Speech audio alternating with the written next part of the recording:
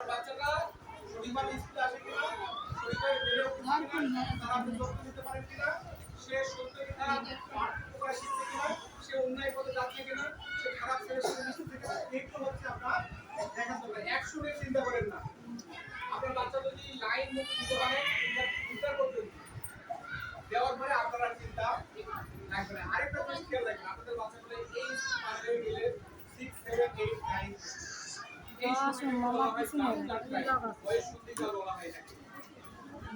এটা সবচেয়ে খারাপ সময়।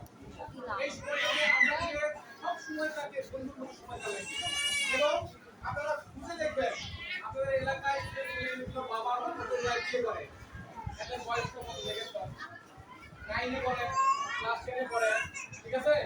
এই সময়টা খারাপ সময়। এই সময়টা আপনাকে দেখতে হবে। আপনার সন্তানের সাথে সম্পর্ক থাকতে হবে।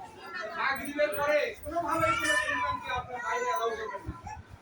ধর্মেও নিষেধ আছে। ম্যাক্সিমাম অপরাধ সংগঠিত হয় রাতের বেলা অন্ধকারে। তো সেই সময়টাতে সন্তানকে হাতে রাখার চেষ্টা করবেন। নামাজে গেলে নামাজ থেকে আসে পড়া দেবে এবং ভাই পারবেন। আপনার যতই কষ্ট হোক না কেন আপনার সন্তানটাকে মানুষ করে দেবেন। আপনার যদি কষ্ট না হয় তবে তাহলে বেটার পজিশনের জন্য দিতে পারেন। তো এই পর্যন্ত কথা থাকলো। আমরা একটা আমরা আমরা এখানে তো কথা দিলাম নাকি আমার এই স্কুলটা এমনিতেই ভালো ভালো না এই মায়েদের উপস্থিতি বলে দিচ্ছে যে তাদেরগুলো মা আমরা গুলো পাই এবং রেজাল্ট ভালো সব দিক থেকে ভালো আছে।